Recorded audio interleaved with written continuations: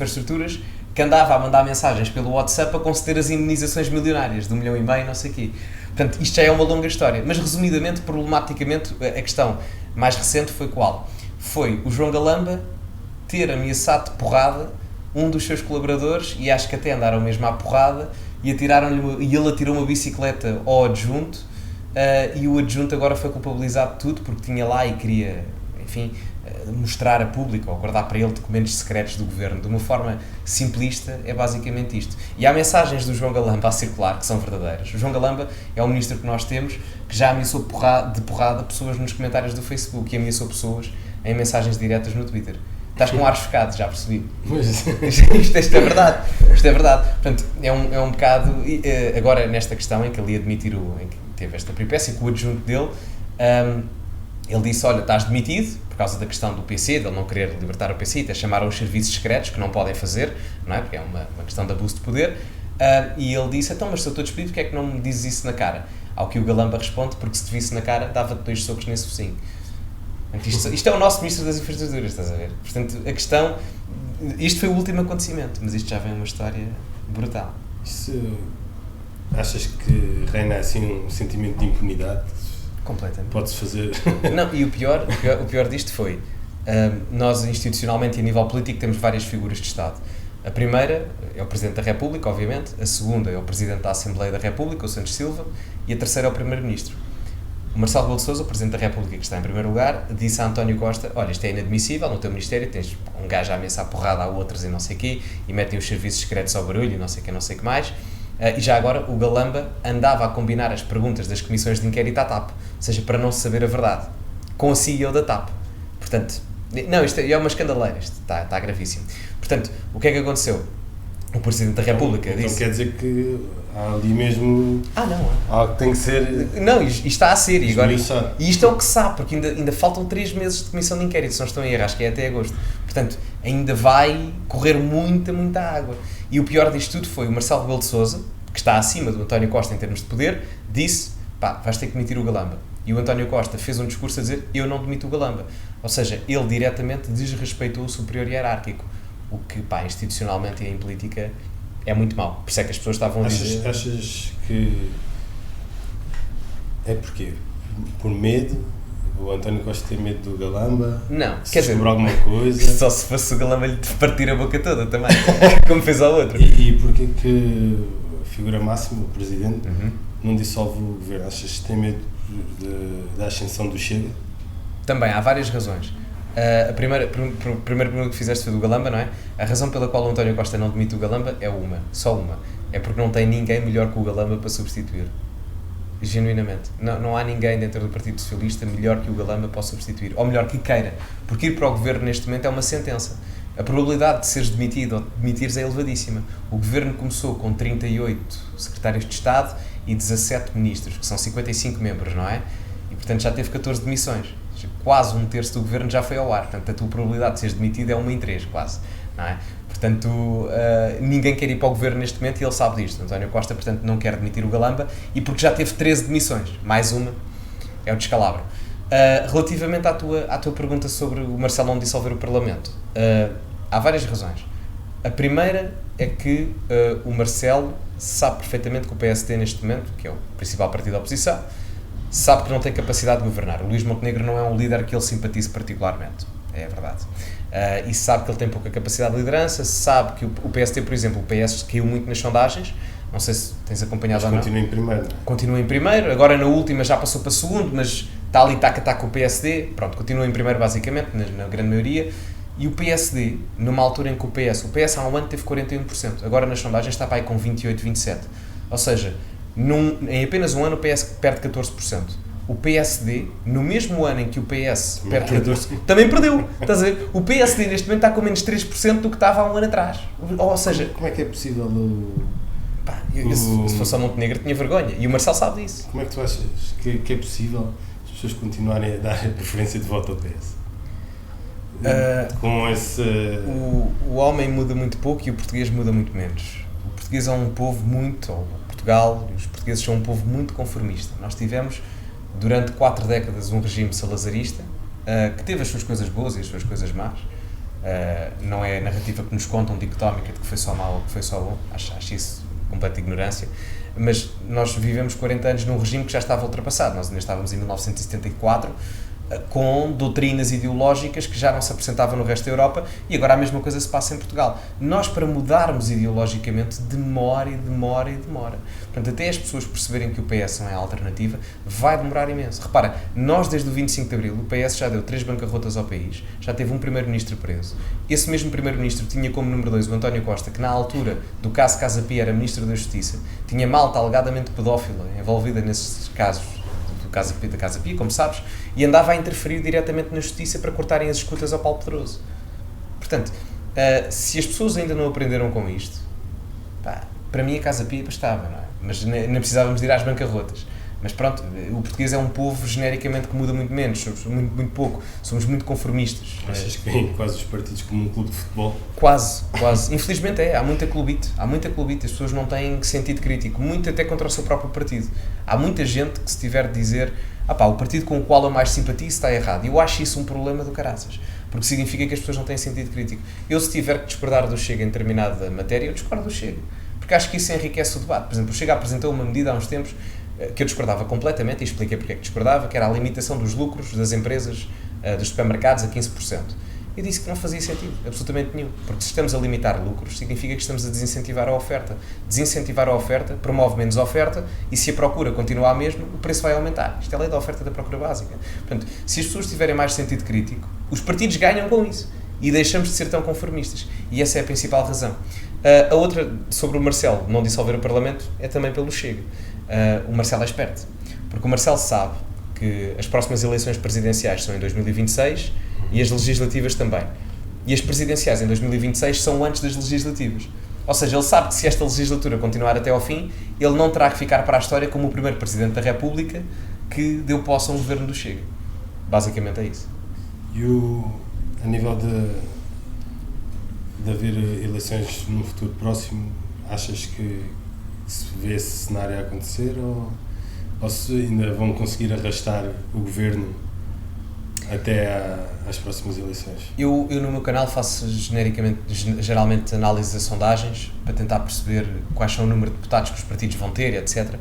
E agora os cenários possíveis são ou uma coligação de bloco central entre PS e PSD, e o PS e o PSD governam num bloco central, com um governo de acordo parlamentar, ou então, porque as pessoas às vezes podem dizer, o PSD não sabe se dá para governar. Bom, o PSD, se tiver 85 deputados, precisa de 40 votos a favor, 30 votos a favor para conseguir passar o Orçamento de Estado. E o problema será, se para conseguir passar esse orçamento, basta as abstenções do Partido Socialista, ou seja, podemos continuar exatamente na mesma, com o PSD no governo. O PSD apresenta um orçamento, o PS abstém-se e é meio voto por cada voto de abstenção. Achas que o PSD faria uma coligação com o Chega? Eu não queria. Eu sou completamente contra o Chega fazer qualquer tipo de coligação, mesmo que seja governamental, com o PSD. Muito honestamente, sou completamente contra isso. Porque, diz-me com quem andas, diz-te a quem és. E se eu não estou satisfeito com o estado do país nos últimos 20 anos, o PSD também é responsável por isso, se eu me estou a aliar ao PSD, estou a tornar-me como eles, ou pelo menos a caminhar para lá. E eu não quero de todo que isso aconteça. Eu na altura, quando te convidei, eu acho que existem duas figuras que se destacam como criação de conteúdo e afiliados à política. És tu e o Gaspar. Grande Gaspar. Diz-me o que é que tu pensas da visão do Gaspar. O Gaspar, nós tivemos um pequeno quid pro quo há uns tempos atrás, porque eu convidei-o para debater e ele recusou. Porque eu acho que vocês são um universo ligeiramente diferente. Ele é do PSD, ele é um centrista, não é? Ele diz-se de direita, mas ele não é de direita absolutamente nenhuma, porque ele não defende pautas de direita. Ele economicamente até é de direita, mas socialmente não é de direita. Mas eu convidei-o para debater há uns tempos e ele recusou. Mas o convite está sempre aberto, uma conversa normal, até lhe pago um bolinho e um chá de lanche, que é tranquilo. Mas o Gaspar é um tipo inteligente, só que o Gaspar tem um problema. O Gaspar vive na facciosidade ideológica do status quo em Portugal. E há pouco tempo lixou-se por causa disso, porque ele foi à televisão. E houve uma jornalista completamente facciosa contra ele, e entre aspas, arrasou. Que não o arrasou, foi completamente facciosa contra ele. Qualquer coisa sim. sobre isso. E foi um bocado injusto Acho que ele quase não falou. Okay. Sim, porque a jornalista teve um papel completamente faccioso contra ele, isso é verdade. Agora, a visão que o Gaspar apresenta bem um problema. Agora, as soluções que o Gaspar Macedo quer apresentar para o país não são propriamente as mais benéficas no foro social. No foro económico eu consigo concordar com ele. Porque o Gaspar, por exemplo, ignora o problema da imigração em Portugal, diz que quem, por exemplo, se eu disser, nós temos um problema de imigração proveniente de várias regiões do globo, nomeadamente do Indostão, do Afeganistão, não é? Neste caso, depois também na Ásia Central, dos países dos PALOP, que agora estamos a dar títulos de residência automáticos. Pá, não dá. Se me perguntares se é mais fácil adaptar a imigração dos PALOP ou do Brasil do que a malta do Paquistão e do Afeganistão. Claramente, falam a língua, não sei o quê, a cultura às vezes até é semelhante, mas não podemos ignorar. Pá, o universo dos PALOP e do Brasil são 300 milhões de pessoas. Se nós não controlamos a entrada disto, pá, ainda há pouco tempo deu nas notícias que integrámos aqui, ou andava aqui a circular, um membro daquele grupo de gangues criminosos da América do Sul, proveniente do Brasil, pá, e o Brasil é o país com o maior número de assassinatos, não é? Portanto, se eu disser isto num espectro racional e não a nível racial étnico, que é completamente o oposto, não é? Não temos que se associe a xenofobia sim, ou exato. E mesmo se, por exemplo, se eu disser que temos que controlar a imigração da CPLP com esta questão do Brasil ou dos PALOP, eu estou a referir-me à questão criminal, não estou a referir-me à questão étnica, até porque se eu for à zona sul do Brasil, há pessoas muito mais brancas do que eu, não é? Para deixar, ou para aceitar os imigrantes, devia de ser como num trabalho, trazer o registro criminal, etc. Completamente. Para entrar em Portugal, as pessoas às vezes dizem, mas há imigrantes de primeira e há imigrantes de segunda. Sim, não pela sua origem, mas a lei propriamente diz isso, porque, por exemplo, nós estamos na União Europeia, o que significa que há livre circulação das pessoas que estão cá dentro da União Europeia. Portanto, logo aí há uma nivelação da preferência de imigração. Não há mal nenhum dizer isso, porque a cultura europeia é diferente da cultura da Etiópia. Caso contrário, as manifestações de LGBTs não eram em Lisboa, eram na capital da Etiópia, não é? Portanto, eu gostava de ver o que é que isso iria acontecer, não é? Num país assim, ou na Mauritânia, quando a escravidão só acabou há 15 anos, enfim, pronto, são pormenores. Mas em todo o caso, isso tem que ser controlado. As pessoas, quando vêm para Portugal, devem dizer o que é que vêm para aqui fazer, que trabalho é que vêm para aqui fazer, e, bom, dar um registro criminal, o que é que faziam na vida no seu país, etc. E isto, não é ser racista, não é ser xenófobo, não é nada. É simplesmente nós queremos proteger aquilo que é o nosso país. Porque as pessoas dizem, mas também há criminosos em Portugal. Por isso mesmo, já me bastam os gajos que nasceram aqui, que roubam as mercearias e que assaltam as pessoas e que mandam facadas aqui na zona da linha de Sintra, não é? Portanto, é um bocado chato. Já os temos cá, não precisamos de importar mais. Essa é a mesma questão. E a verdade é que temos visto um aumento de criminalidade brutal, ainda agora assim não sei se foi o Eurostat, em que Portugal era dos países da União Europeia com um aumento de criminalidade de facadas e uma armada que mais aumentou nos últimos anos. Faz-me um bocado de confusão porque, assim como tu dizes, há uns anos, acho que Portugal era dos países considerados mais seguros do mundo. Isso é outro indicador, mais seguros no sentido de guerras. Porque, ou seja, quando eles dizem é o terceiro país mais pacífico, e isso é verdade, nós não temos risco de entrar em guerra nenhuma, estás a ver? A nossa única disputa territorial é com Espanha e a Olivença, e ninguém quer saber da Olivença, entre aspas, não é? Mas isso é relativamente a guerras e conflitos bélicos. Estes indicadores de criminalidade e etc, Portugal já não é assim já não é tão seguro quanto isso. Criminalidade de rua, de assaltos e etc, Portugal já não é assim tão seguro. E quem mora na zona suburbana, eu cresci numa zona, nos bairros de Loures, etc, São João da Talha, não sei se conheces, e conheço essa realidade, portanto, a malta... é passar uns tempos, nessa zona e consegue ver por ela própria. Achas que esses políticos, prontos, que defendem o oposto das suas ideias é porque não convivem, nem conviveram nunca com esse tipo de realidade? Viveram sempre numa estrutura elitista e... Muitos deles. Há dois tipos. Muitos deles sim, nomeadamente a malta do Bloco de esquerda caviar, percebes? Dizem-se a favor da malta desprivilegiada, mas moraram sempre em grandes mansões e estudaram em colégios privados e vão à CUF e têm seguro de saúde, mas depois andam ali a defender a escola pública quando se calhar nunca meteram um pé na escola pública, não vão a hospitais privados, nunca passaram à noite num bairro sozinhos, num bairro problemático na zona suburbana de Lisboa. Portanto, isso era muito normal. A malta da esquerda caviar, o Bloco de Esquerda, o LIVRE, etc., pensam muito assim. E a realidade deles é assim, tanto que se tu fores ver o historial dos deputados, vais perceber que há essa similitude. E depois há o interesse partidário do PS, porque sabem que consegue a mão de obra barata desses imigrantes ilegais, que em algumas instâncias vêm em redes de tráfico humano, ilegal, nomeadamente através do Alentejo, Houve uma reportagem feita pela CMTV muito boa e que conseguem posteriormente ganhar votos com isso, porque se derem a nacionalidade portuguesa 2 anos depois desses imigrantes ilegais entrarem em Portugal, significa que o PS ganha votos, porque essas pessoas vão votar no partido que lhes deu a nacionalidade, que foi o PS. Portanto, 2 razões. Esquerda caviar, como tu disseste, e a outra, ganho político e eleitoral nos votos. Pois, e assim consegue-se aumentar sempre os eleitores a favor. O número de deputados. Uma boa estratégia. E a função pública e a administração pública. A administração pública que o PS nos últimos 7 ou 8 anos aumentou por 400 mil trabalhadores ou 300 mil, coisa ridícula. Não faz sentido. A nível do que estavas a falar há bocado, das ideias, o PS e o PSD que tiveram estes anos todos, uma das coisas que o pessoal mais acusa ao Ventura é ele consegue apontar as falhas e diz aquilo que toda a gente quer ouvir ou que quer falar, mas não tem coragem de dizer, mas depois dizem que ele diz isso, mas não tem ideias. O que é que tu pensas sobre essa afirmação que muita gente faz? Isso foi uma narrativa que se criou para descredibilizar o Chega. Provas. O Chega é um partido anti-status quo, anti-sistema. E o sistema, obviamente, não gosta disso, quer seja à esquerda, quer seja à direita. Portanto, criam-se narrativas para descredibilizar o André Ventura. As pessoas, se forem ao site do Chega, conseguem ver lá um planozinho escrito pelo professor Gabriel Mitar Ribeiro, que é o ideólogo do partido, sobre as 100 medidas para mudar Portugal. E o Chega já publicou várias medidas sobre isso, sobre a questão de mudança de Portugal. Eu posso dar algumas, por exemplo, do Foro Económico, o Chega defende a implementação de uma taxa única de IRS no sentido gradual. Eu, se calhar, agora estou a falar um bocado de chinês, mas as pessoas agora dizem que não há propostas, então vou explicar pelo menos 2 propostas. Sim. Ou seja, nós neste momento temos 9 taxas de IRS e as pessoas pagam impostos brutalmente. Ou seja, não é um sistema fiscal simplificado, no sentido em que um investidor vem do estrangeiro e quer investir aqui em Portugal e depois coloca trabalhadores a trabalhar, a exercer as suas funções e depois pensa, este sistema fiscal, 9 taxas de IRS, se tiver um trabalhador a ganhar 4 ou 5 mil euros por mês, 50% vai em impostos. Por exemplo, neste momento nós temos uma empresa, se tu, por exemplo, quiseres pagar a um empregado teu 1.700 euros de salário, pagas 3.400 euros brutos, porque 50% vai para impostos, em IRC, em contribuições sociais e em IRS.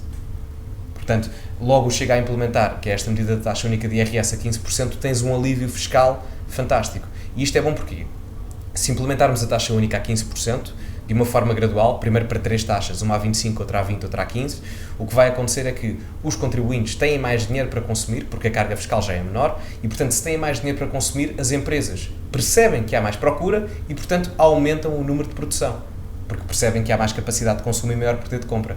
Ora, se as empresas percebem que há mais capacidade de consumo e vão produzir mais, para conseguirem produzir mais precisam do quê? Mais trabalhadores. Mais trabalhadores, mais pessoas a receber salários. O desemprego diminui e é mais favorável ao investimento direto estrangeiro e ao investimento direto nacional. Portanto, isto é uma medida. Só que a maior parte das vezes a comunicação social corta, ou pelo menos não tenciona mostrar isto, não é? Eu estou a explicar aqui uma medida. Posso explicar outra, por exemplo, a redução do IRC a nível fiscal para as empresas, não é? Também é uma medida interessante. Ou a erradicação do pagamento de IRC para microempresas até 3 trabalhadores com uma faturação anual de 150 mil euros. Também é uma medida interessante para PMEs, não é? Para pequenas e médias empresas. Portanto, são 2 medidas, estou-te a dar só aqui 2, que do nível económico mudariam por completo o sistema fiscal em Portugal. Porquê que achas que esse não baixa? Por acaso é interessante tu dizeres isso, porque a sensação que se tem é se trabalhas e tudo o que tens de lucro, depois vem o IVA ou algum imposto e leva tudo. Leva tudo. Leva tudo. Porquê que achas que não há essa visão? Ou qual é que é a ideia? É nós termos a ilusão que somos livres para continuarmos a ser escravos? Trabalhas só para pagar despesas? Achas que é esse o intuito de não se baixar a carga fiscal? Porque é algo... As pessoas têm que pensar assim. Qual é o principal objetivo de um político? Qualquer que ele seja. Manter-se no poder. A melhor forma que ele tem para se manter no poder é garantir votos. Como é que se garantem votos? É colocar as pessoas dependentes da função pública. Foi isso que nós tivemos nos últimos 7 anos. O PS conseguiu aumentar a função pública, que são pessoas que diretamente estão dependentes do salário que o Estado lhes paga.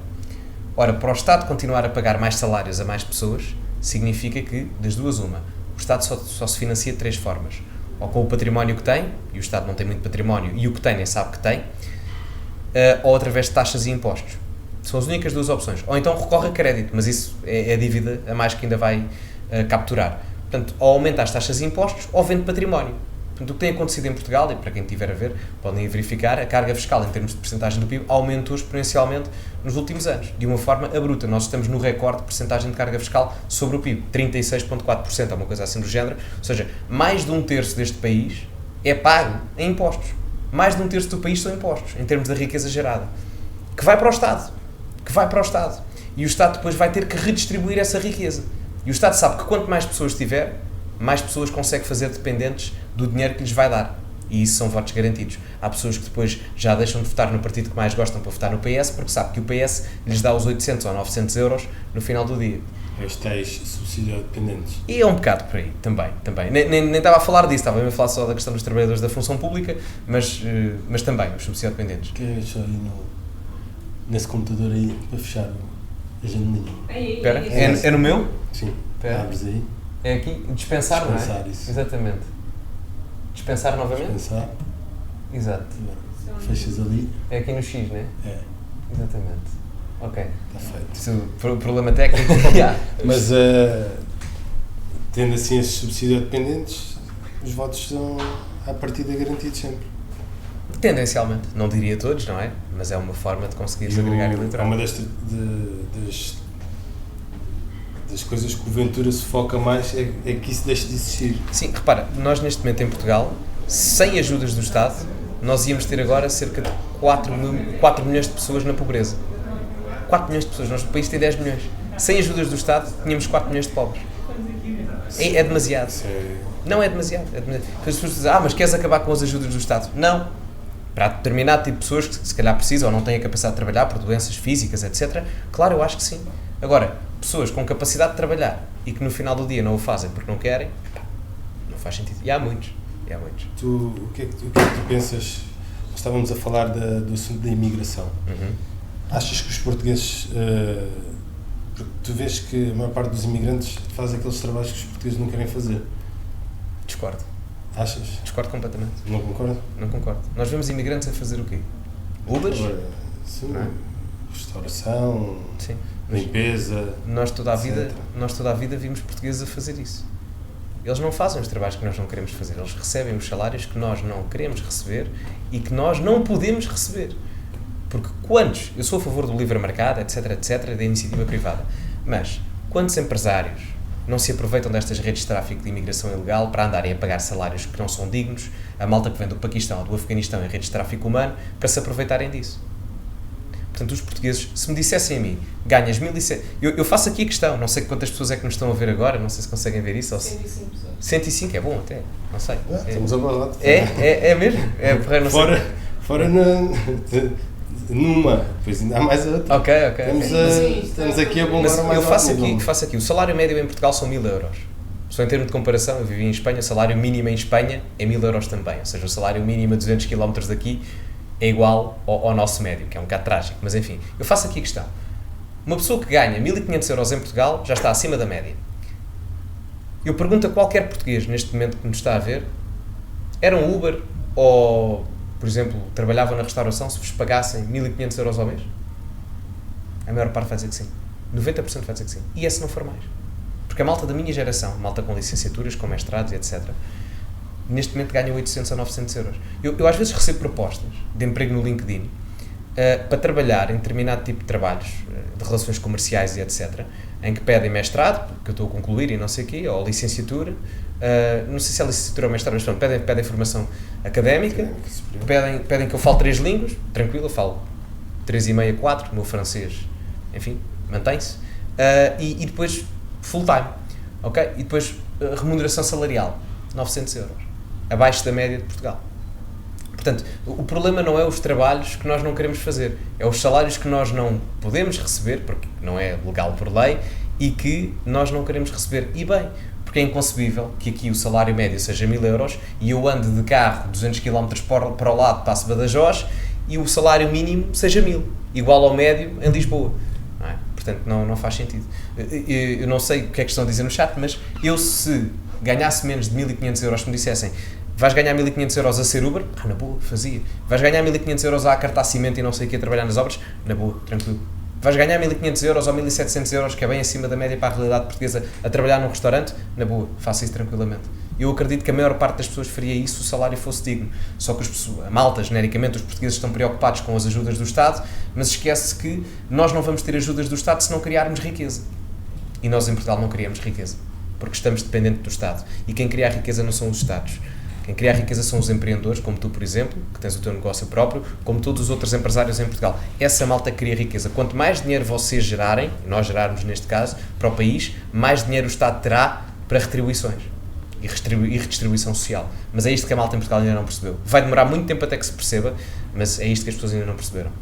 É a ilusão que somos livres. É a ilusão que somos livres, completamente. O Estado não deve ser aquela... O Estado não é a entidade que resolve os nossos problemas. O Estado deve ser a entidade que nos cria as condições para nós resolvermos a grande maior parte dos nossos problemas. Isso é o que deve acontecer. E realmente, se nós tivéssemos uma carga fiscal mais baixa, era... Vou-te só dar um exemplo. Uma pessoa que ganha aqui 5.000 euros, paga 10 mil euros ao mês, que é um nicho muito, muito pouco, obviamente, paga 50% de impostos. Na Irlanda, que era um país que há 10 anos estava numa situação como nós, a Irlanda saiu da situação de crise que estava, alterou a sua forma fiscal completamente. Pelo menos a noção que eu tenho é que as empresas agora vão todas sediar lá. Precisamente, porque eles tornaram o regime bastante apetitoso, não é? Para as empresas conseguirem capitalizar os seus recursos económicos, redistribuindo depois para os trabalhadores. Sempre me fez confusão porque é que Portugal não faz isso. Porque sempre que eu tento pensar em... Falta de visão. Em empresas, imagina, nós não criamos nada, a única coisa que nós temos acho que é a cortiça. Isso tentou-se fazer, temos vinho. Sim, exatamente. Nós tínhamos até uma boa indústria de peças automóveis há uns anos, mas isso também se perdeu. Isso é um dos grandes problemas que nós não temos indústria. Focámos muito na terceirização da economia, nos serviços, turismo, etc. É bom, mas depois tens um problema que é, se por exemplo há um problema social e o turismo corta-se, o resto do país já não tem financiamento, nós não temos diversidade económica. Ou seja, nós estamos muito focados a criar riqueza só no turismo. Não criamos na indústria, não criamos na agricultura. É o que eu estava a dizer, não temos nada de... Nada. O Passos Coelho tentou fazer isso, à medida da Irlanda, mais ou menos, na altura entre 2012 e 2013, de captação de investimento direto estrangeiro de empresas. Ele fez aquilo que se chamava uma desvalorização fiscal. Normalmente, quando se tem crises económicas, enfim, ou bancarrotas, o que se faz é desvalorizar o valor da nossa moeda, só que nós fizemos isso nas outras bancarrotas, só que não conseguimos nesta porquê? Porque nós não tínhamos a nossa própria moeda. Quem tinha é Bruxelas, porque a política monetária é decidida pelo Banco Central Europeu e não é pelo Banco de Portugal. Então o que o Passos Coelho disse foi, ok, não posso desvalorizar a moeda, mas posso desvalorizar fiscalmente. Então o que é que ele disse? O que é que queria propor, depois aquilo acho que não passou, mas era fazer o pagamento de IRC, o Imposto às Empresas neste momento em Portugal está a 23%. Então ele disse, bom, a minha proposta é, venham para Portugal e as empresas que vierem para Portugal entre 2014 e 2017 que capitalizarem o país com um investimento inicial de 1 milhão de euros, em vez de pagarem 23% durante esses 4 anos iniciais, só pagam 10%. E isto agradou a várias empresas, de médio e grande porte. Muito bom. Exatamente, só que depois não passou por, enfim, divergências entre a própria Troika e depois o Partido Socialista ia aprovar em Parlamento esta medida, mas depois chumbou-a. Portanto, enfim, politiquices e perda de soberania foram o problema da medida, que é uma medida fantástica, e a Irlanda fez isso de uma forma mais efusiva e resultou. E agora olhem onde é que está a Irlanda nos dias de hoje e olhem onde é que estamos nós. Eu, por acaso, tenho 2 colegas meus, porque eu antes de tirar desporto, Sim. eu fui para a engenharia. A sério? E tenho 2 colegas meus que estão a viver mesmo à grande na Irlanda, que dizem que aquilo é o paraíso. É, completamente. Não, e ganhas bem facilmente. Viajam regularmente, estão em teletrabalho. A Irlanda é o país da Europa, da União Europeia, ou o segundo país, ou o terceiro, com o maior PIB per capita, ou seja, a maior riqueza média gerada por pessoa, anualmente. E há 10 anos estavam como nós. 10 anos não é nada, economicamente falando. O que uma medida pôde mudar tanto. Sim, e esta foi só uma, eles fizeram muito mais. Fizeram muito mais. Aqui... Queres que eu tire aí ou é do teu lado? É do teu, podes fechar. Espera, só um momento. Exatamente. Isso, já está. Está. A nível de, agora, relaxarmos um bocado em relação à política. Ainda há pouco tempo tiveste assisti um bife no Twitter em relação a uma foto tua no ginásio. O que é que se passou? Já sei. Agora estava a ver. Opa, eu não ligo muito àquilo, depois aquilo depois passa. Não, basicamente era uma miúda a chamar-me gordofóbica e não sei o quê. Opa, eu pus uma foto minha no ginásio a fazer flex, a dizer, pá, depois disse que há uma gorducha. Pá, mas foi tranquilo, estás a ver? Só depois a malta passou-se. Pronto, foi isso. Basicamente. Mas porque é o trigger de... Pá, não sei, eu não tenho muita paciência para isso, sabes? Eu não passo muito tempo no Twitter, eu meto as coisas e depois logo me vou embora, estás? Eu tenho tudo desativado, notificações e não sei o quê, no Instagram, porque isso é residual. E as pessoas levam-se demasiado assim. E, por exemplo, ainda agora, depois uma coisa que eu acho no Twitter muito, pá, que é uma coisa, as pessoas ficam a discutir e depois já nem é comigo. É umas que as outras nos comentários. Sim. Eu digo-te, eu só tenho e Twitter. Isso vai acontecer nos cortes do podcast. Acredito. As pessoas ficam a discutir umas com as outras, depois já não tem nada a ver com o vídeo e não sei o quê. Andam a discutir ainda tweets uns com os outros. Está bem, não se chateiem, pá. Isto é uma conversa, podem discordar ou não, mas pá, o dia está bonito, está um dia porreiro, vão à praia, façam qualquer coisa, podem ver isto, mas depois as pessoas enervam-se de uma coisa. Pá, eu no outro dia vi um tweet qualquer, banalíssimo, sobre quem é que gostava mais de bolo de chocolate ou bolo de iogurte. Pá, começaram a discutir sobre coisas e não sei o quê, a conversa acabou. Qual é que tinha mais proteína? Exatamente. E fiquei do género, porque eu não digo muito a essas coisas. Eu digo que eu só tenho redes sociais. O YouTube eu gosto mesmo de fazer, porque pronto, tranquilamente. Agora, eu só tenho os Twitters e Instagrams e não sei o quê por causa dos profissionais, porque eu não tinha aquilo. Porque eu acho que é a geração. Tu és um dos que incentivou porque o Chega é o rei das redes sociais. Sim. A nível de partido... Sim, acho que ninguém tem mais seguidores. Ninguém está a acompanhar. Ninguém. Os outros partidos nem sei se têm redes sociais. A Iniciativa Liberal tem um bom following. Tem estado a investir, não é? Sim, tem um bom following. Quem é que coordena esse departamento? Do Chega? Tu deste algum... Fazes lá uma perninha, não? Eu não faço lá perninha, mas... Já, às vezes perguntam-me coisas e não sei o quê, e eu não colaboro com eles diretamente, mas eu conheço as pessoas que lá trabalham e fazem um excelente trabalho, mas de vez em quando dou só umas dicas, ou a gente troca umas ideias, mas não trabalho diretamente. Mas são pessoas competentes. São pessoas competentes. Aliás, se nós fôssemos a ver os resultados das eleições só pelas redes sociais... O Chega ganhava de uma maneira... Não tens noção. O Chega agora tem 115 mil subscritores no YouTube. Tem... não sei quantos é que tem no Instagram, mas deve ter... O Ventura tem imensos no Instagram também. Portanto, há pessoas do Chega que também têm muitos seguidores.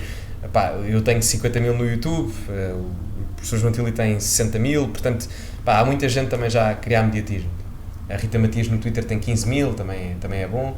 Portanto, já há pessoas com alguma notoriedade. Tu, pela visibilidade que tens e tudo, nunca te convidaram para um cargo de destaque ou algo do género? Convidaram-me para ser candidato à vice-presidência da Câmara de Oeiras. Mas não, isso não aconteceu. Ou achas que não ligam? Não, ligam. Não, eu sei que vem o meu conteúdo e sei que... Enfim, mas há muita gente que faz essa pergunta, estás a ver? E o que eu digo sempre é, as pessoas sabem onde eu estou, sabem as minhas valências, se um dia precisarem dos meus recursos a nível intelectual, muita gente tem o meu número, portanto não é difícil chegar a mim. Tu vieste político full-time? Só a ser político, não. Ou seja, só a fazer trabalho parlamentar, por exemplo, a ser deputado, não. Mas via-me a ser político, sim. Via-me a ser deputado. Agora, só a ser isso, não. Tinha que estar a fazer outra coisa, o YouTube também na mesma, ou outro negócio qualquer. Eu não gosto de estar só a fazer uma coisa. Mas sim, via-me. Agora, aqui uma pergunta que me fizeram, que me questionam bastante. Além de verem em ti um pouco de Ventura, também veem em ti um pouco de Andrew Tate. Com cabelo. Qual é a tua opinião sobre isso?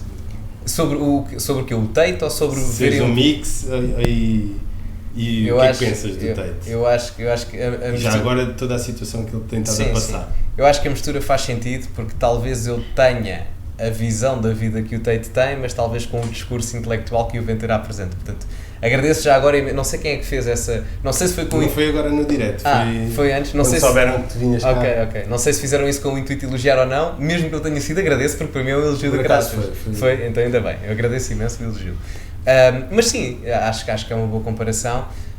E relativamente ao Tate, eu gosto dele bastante. Até te digo mais, eu até acho que me revejo mais no irmão dele no Tristan do que propriamente no Andrew. Atenção, também me revejo imenso nele, mas acho que na forma como ele se expressa, porque o Tristan é tendencialmente mais eloquente do que o Andrew, que é mais...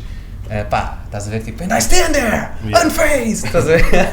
Que é porreiro e tal, é giro, mas eu identifico-me com a forma com que eles os dois apresentam e veem a vida, é muito estoica. O Tristan tem o discurso assim como tu tens. Mais polido, não é? Yeah. Eu gosto dele, eu gosto imenso do Tristan, e eles têm a forma de ver a vida que ele tem, que é muito estoica, ou seja, é autorresponsabilidade a esteroides. Ok, isto aconteceu-te, qual é que é a solução? Vais ficar aí a chorar porquê? Eu quando me acontece qualquer coisa, peço desculpa à expressão que vou utilizar aqui, mas a primeira coisa que eu penso é, ok, aconteceu-te este problema, vais ficar aqui a chorar como um merdas, resolve isso, estás a ver? Portanto, é a primeira coisa que eu penso, quando me acontecem assim estes problemas, posso ficar chateado, dou um murro na parede, pronto, e a vida segue, estás a ver? Pronto, já passou, tranquilo, bora, vamos resolver isto. Hoje em dia essa não é a mentalidade, e se tu disseres que tens esta mentalidade, facilmente és criticado e a dizeres, não, tu deves ouvir os teus sentimentos claramente, que é para depois perceberes que esses sentimentos não são bons, porque ficas triste, ficas com raiva, ficas frustrado, e isso não é bom. Portanto, a melhor forma de eu erradicar esse tipo de sentimentos é resolver os problemas que me dão esse tipo de sentimentos. Só que hoje em dia essa não é a narrativa. Tu estavas a falar há bocado, tiveste aqui a Alice, não é? Que há uns tempos, da questão dela ter dito a depressão e não sei o quê. Qual é que é a tua visão sobre a depressão? Eu acho... E tu estavas a partilhar comigo que tiveste assim um episódio... Sim, eu nunca tinha dito isso, mas eu, no meu primeiro ano de faculdade... Em primeira mão. Não, tranquilo. Em primeira mão. Eu, no meu primeiro ano de faculdade, passei um bocado mal com ansiedade e não sei o quê. Por exemplo, não sei como é que se chama, agorafobia, não sei, acho que é um bocado isso, não sei. Eu tinha medo de andar de comboio e tal, mas tinha que andar, estás a ver? Porque na altura ainda não tinha tirado a carta, ainda não tinha ido para comprar carro, então tinha que andar de comboio, porque senão não ia às aulas da faculdade. Sou sincero, uma experiência... Eu também... Tiveste antes isso? De ir para desporto, eu também entrei em engenharia e tinha que apanhar o comboio, daqui da linha, para irmos para Lisboa. Sim, eu também apanhava esta. E... agora então, com a cena da pandemia e etc., dá-me a impressão que ainda ficou ficou pior. É muito mas eu era diferente, o comboio até podia estar vazio, era só a cena, havia cenas que me davam ansiedade inexplicavelmente. Tive que aprender a lidar com isso, estás a ver, e eu fiz psicoterapia, estás a ver, portanto às vezes as pessoas dizem, tu dizes isso, nem sabes o que é passar por isso. Não, eu sei, eu tinha níveis de ansiedade para coisas que me davam ansiedade que não eram normais, estás a ver, não era normal, não era saudável. Fiz psicoterapia, estás a ver, só que depois a primeira consulta quando me começam a falar de medicação logo instantaneamente com 20 minutos de conversa, não, desculpa.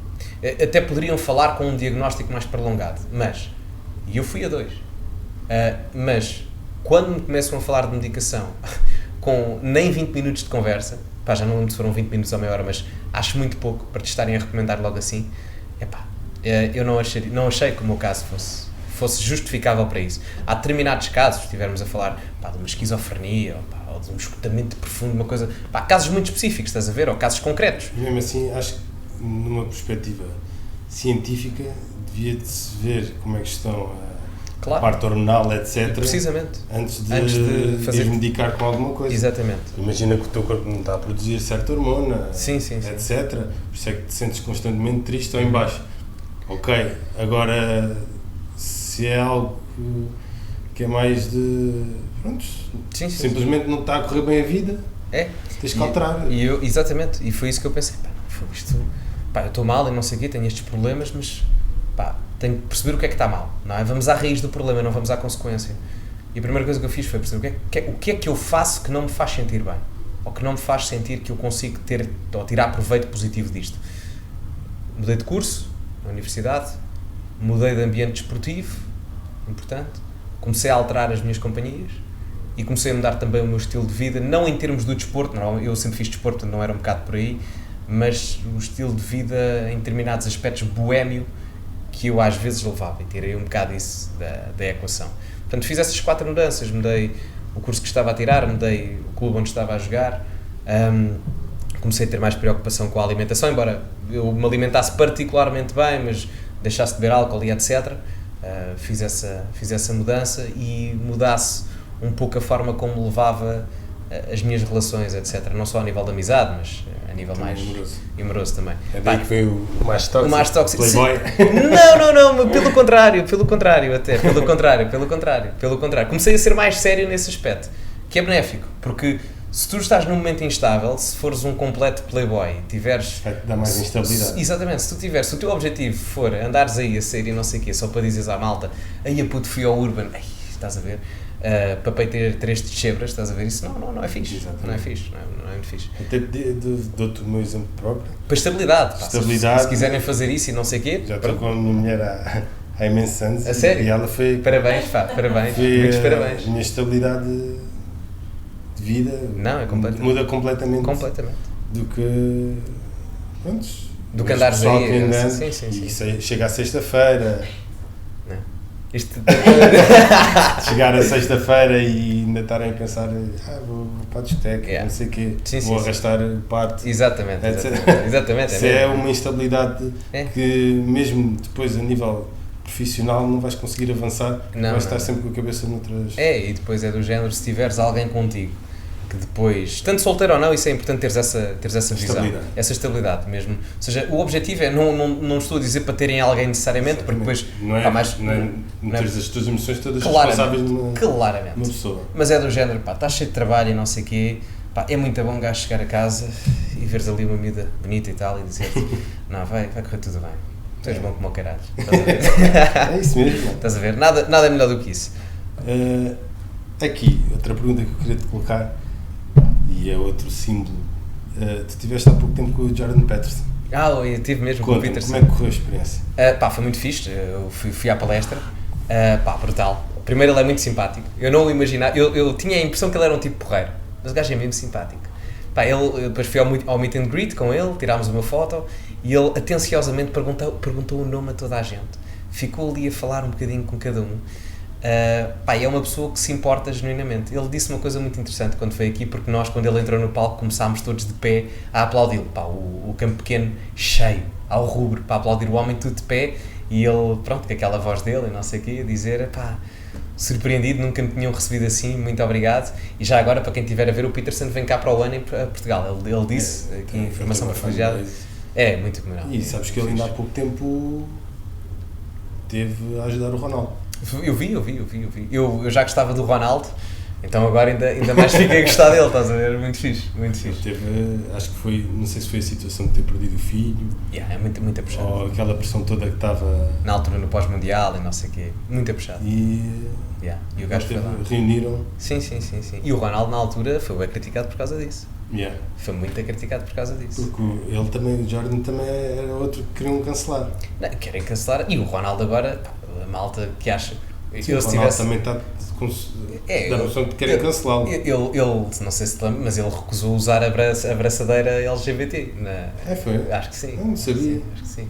Se pesquisares aí, deves encontrar que o Ronaldo disse que não usava a abraçadeira LGBT e não sei o que mais. Então, uma coisa assim do género. Eu lembro-me de um episódio, não sei se tu te lembras, acho que era do jogador do PSG, o Gay.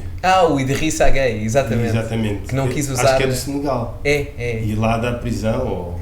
Não, e ele é muçulmano, vai contra a religião dele. Exatamente. E ele não quis usar e acho que queriam, não sei se era suspendê-lo ou algo do género. Já viste, se tu... O mais curioso é que ele se chama Gay. Mas ele tem os seus ideais religiosos. Sim, um gajo tem que respeitar. Querer-se impor algo quando as pessoas têm que ter a liberdade de escolha. Completamente. Se cresceu assim, se acredita naquilo, tu não tens que impor nada. E a cena é... Respeitar. O futebol não é política.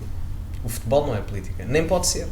O futebol foi construído como uma forma de união entre os povos. A UEFA foi construída assim. A malta tem que começar a pensar, porque é que os campeonatos da Europa e a Champions League foram construídas no pós-Segunda Guerra Mundial?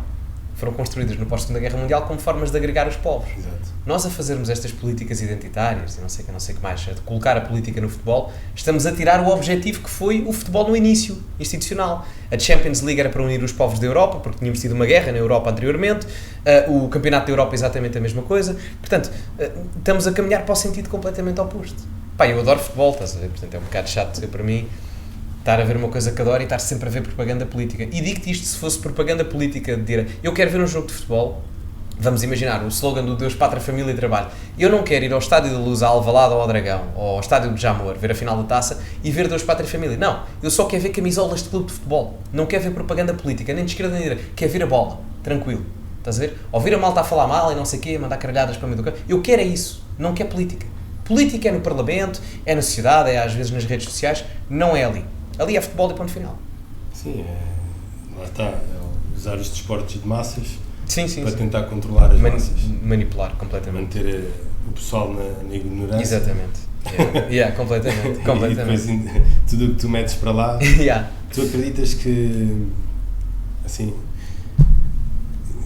já está a ser o podcast com mais tempo de todos. Mas que se quiseres... Está muito top, mano. Tá, ótimo. Mas, ótimo. Assim, em jeito de... Tu acreditas que existe, como diz o Tate, uma Matrix, alguém até acima da política que controla os cordelinhos todos, faz estas divisões, faz as pessoas perderem-se em temas como racismo, LGBT, assuntos que nós somos todos iguais, cada um devia de ter aquela visão, tu mereces a tua oportunidade, consoante aquilo que tu dás de ti, é que isso é que vai ser valorizado, não é só esses tópicos. O que é que tu achas? Eu acho que ele tem mais razão do que as pessoas que acham que ele tem razão, têm razão. A família Médicis, não sei se conheces, por exemplo, aqui falando no Matrix, é das famílias mais poderosas a nível mundial. O Nicolau Maquiavel escreve um livro muito interessante, que é O Príncipe, que é sobre a história dele próprio, quando fica preso em Florença, se não estou em erro, e vai escrever o livro para o Lourenço de Médicis, que é da família que ainda hoje tem um grande controle. Ou seja, estamos a falar de um livro de há 500 anos atrás, 511 anos atrás, que ainda hoje pertence a uma família de uma relevante importância. E eu acredito piamente nisso. Mesmo a nível, em Portugal, há determinados grupos de interesse que não estão visíveis no Parlamento. Há determinados grupos de interesse religioso, político, de influência, eles sabem quem são, algumas das pessoas até vão ver este podcast e não sei o quê, e enfim, que controlam muito mais do que aquilo que nós achamos que são controlados. Ou alguém acha efetivamente que o que o Primeiro-Ministro decide é só pela mente dele, ou que o que os deputados decidem e votam é só pela mente dele. Por trás há lobbies, por trás há influências, há determinados grupos de interesse que são semi-secretos, entre aspas, ou seja, é sabido que eles existem, mas não se sabe o que é que se pratica lá dentro. Isto é verdade. Apostei, maçonaria, portanto, de uma forma genérica, acontece. E todos eles tentam espelhar a sua influência dentro do mundo político, de um lado à esquerda, de um lado à direita, não é? E, portanto, isso vai sempre acontecer e nós nunca temos acesso à big picture. Portanto, quando o Tate fala da questão do Matrix, etc., ele tem razão. Porque quem manda, efetivamente, não gostaria muito que se soubesse das verdadeiras intenções de quem manda. Quando se tem tudo, o que se quer mais é poder, não é dinheiro. Agora, disse que era em jeito de terminar, mas tenho que estar a aproveitar e fazer aqui. A audiência está boa ou não? Está top. Está mesmo? Barrote. Lindo, fantástico, fantástico. Qual é que é o objetivo desta guerra? Qual? Da Rússia e Ucrânia. Desta guerra? Eu não consigo perceber qual é que é o Big Prize. Para a União Europeia, para quem? Genericamente falando? Sim, genericamente. Imagina, se é deitar abaixo a economia europeia, se é... Okay. Qual é que é o objetivo? Muito simples. Eu vou-te responder, não partidariamente, porque o Chega tem uma posição, eu vou-te responder como alguém que analisa política. Os impérios sempre se construíram na base de conquistas territoriais. E os impérios sempre tiveram diferentes modelações.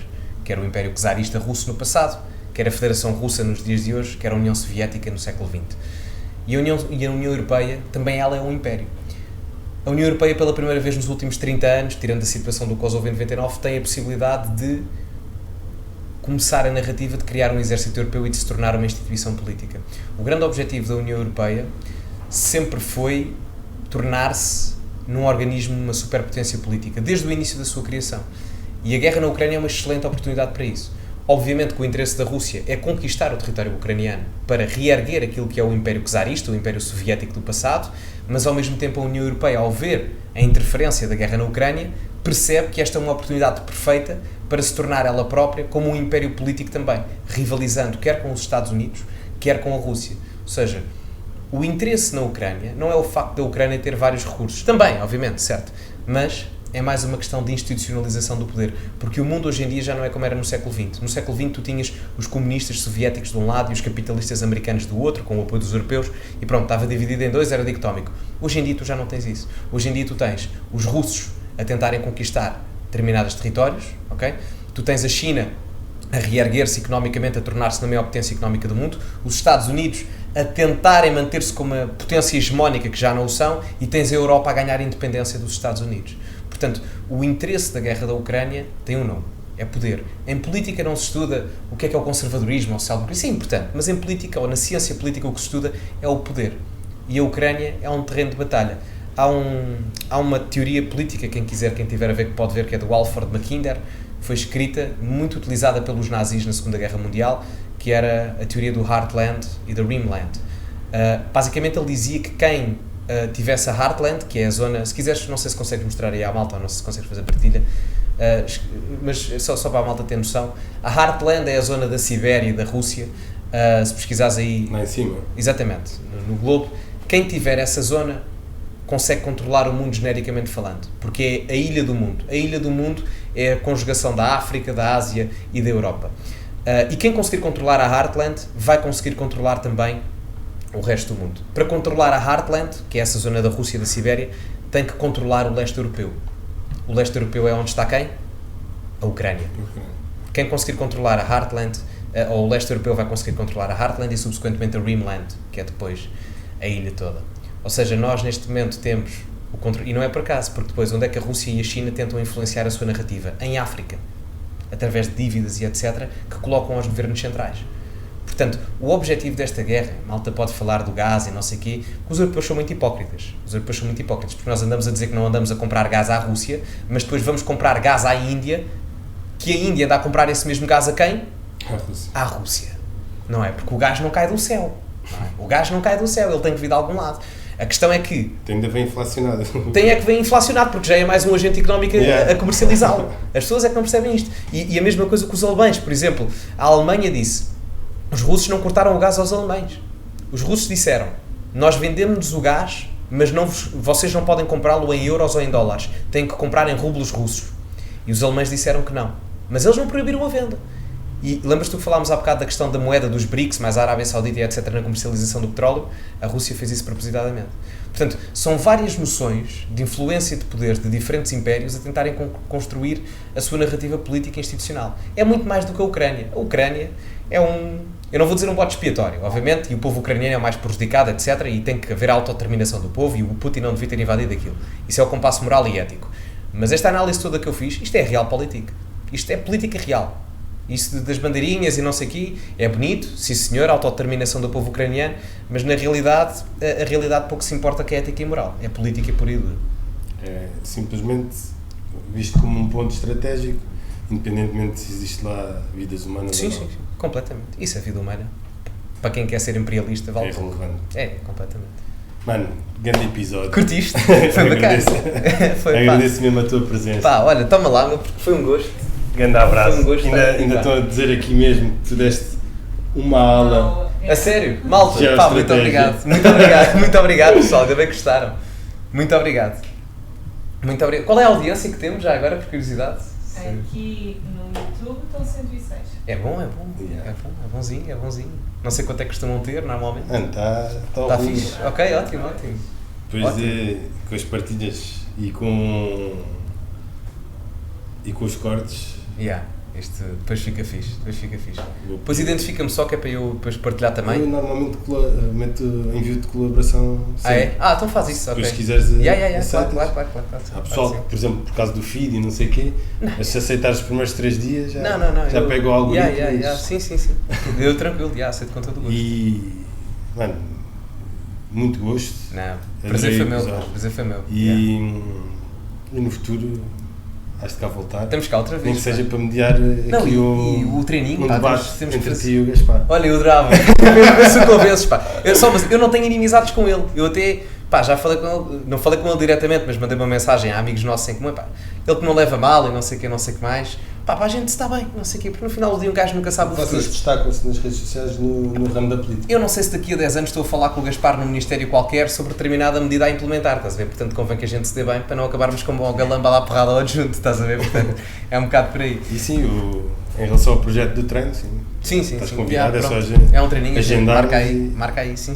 Está a sair. Está feito. Pessoal, muito obrigado a todos. Já sabe.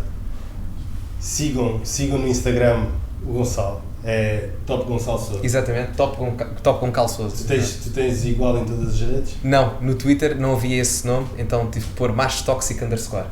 Portanto, mais toxic _. Porquê mais tóxico? Porque eu estava na altura a escolher um username para o Twitter e houve uma miúda, não sabia, tinha poucos seguidores, eu queria contar há pouco tempo, queria para há 5 meses ou há 4 meses, e houve alguém, uma feminista qualquer, que disse: pá, este gajo é mesmo asqueroso, é mesmo mais tóxico. E eu pensei, olha, é mesmo isto mais tóxico.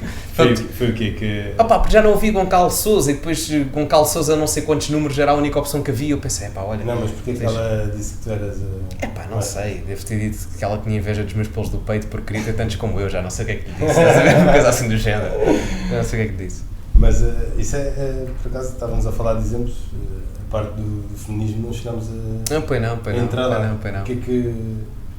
Qual é a tua perspectiva sobre isso? Também achas que também é outro grupo com um lobby?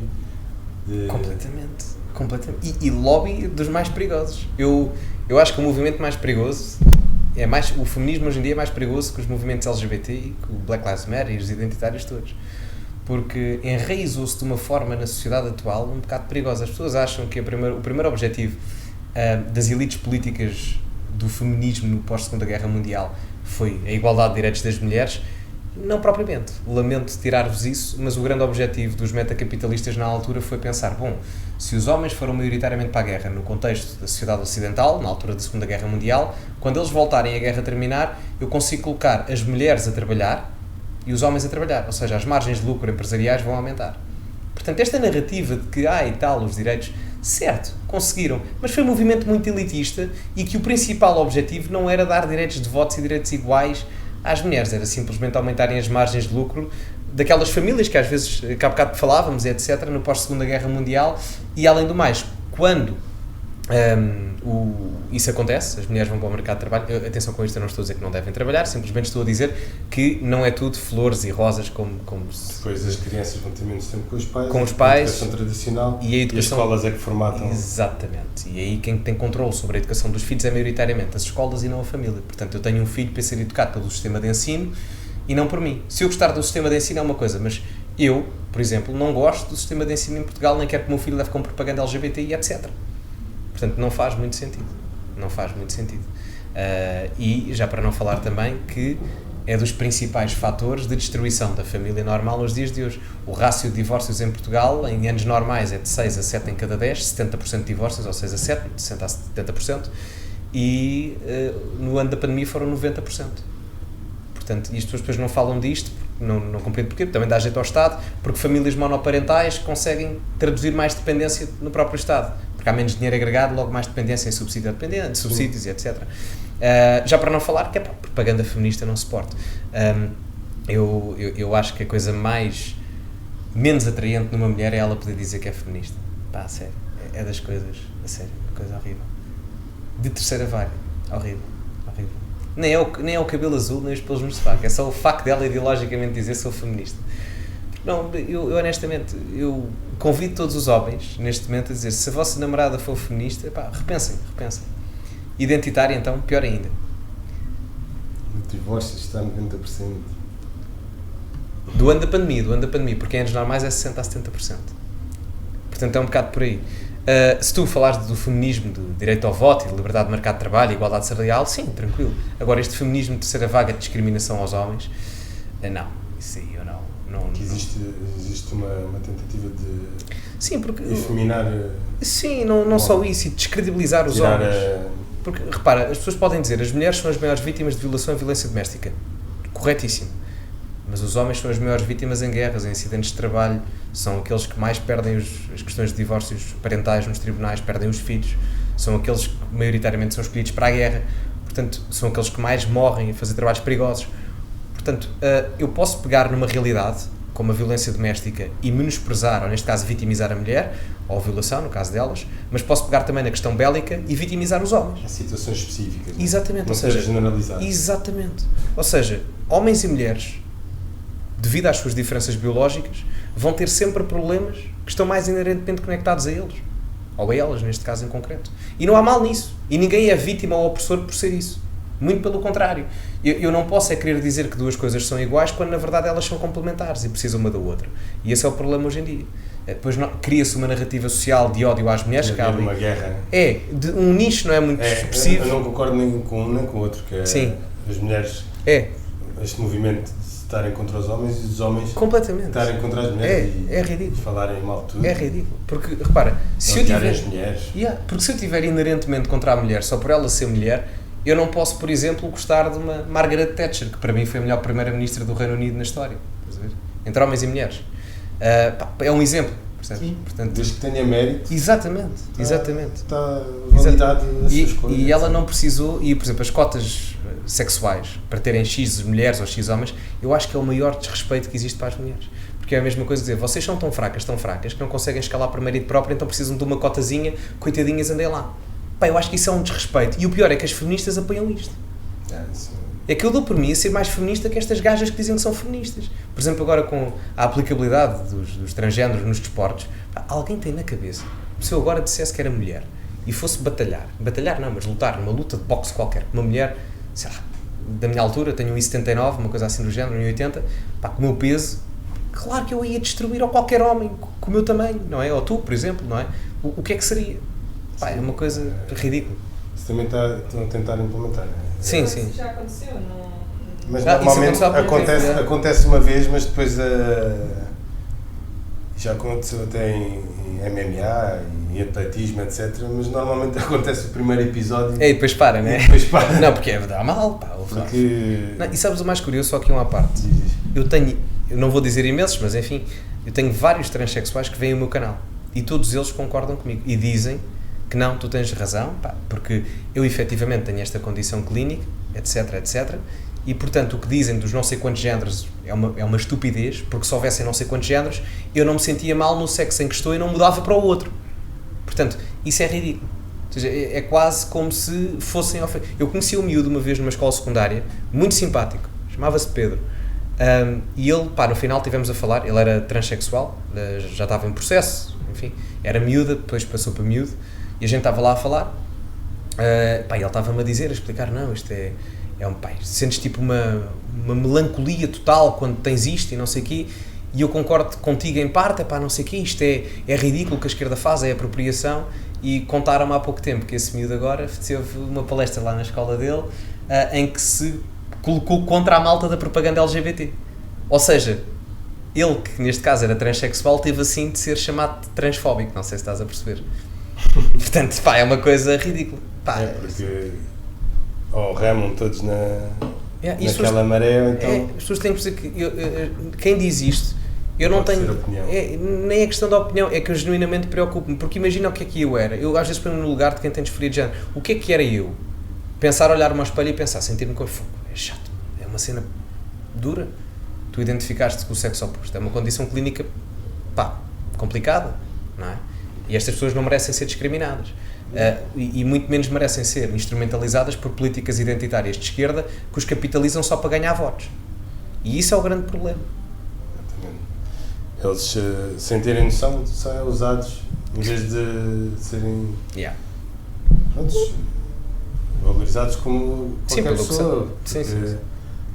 Somos todos iguais e se eles sentem que querem dar de sexo, ok, é uma opinião, é algo que assumem pessoalmente, não tem que ser usado como propaganda política. Nem deve, porque enfim,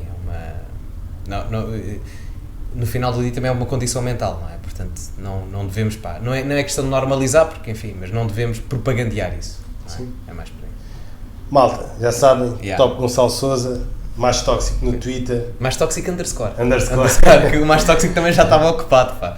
Partilhem muito o episódio de hoje, subscrevam o canal, deixem o vosso like e corram para o Instagram, porque daqui a pouco vai sair a nossa chapa, aquela foto. Bora, vamos a isso. Pós-podcast, e os cortes também vão sair no Instagram do podcast e no TikTok. Encontramos-nos lá. Por hoje, grande episódio, mano. Estamos juntos. Um abraço, malta.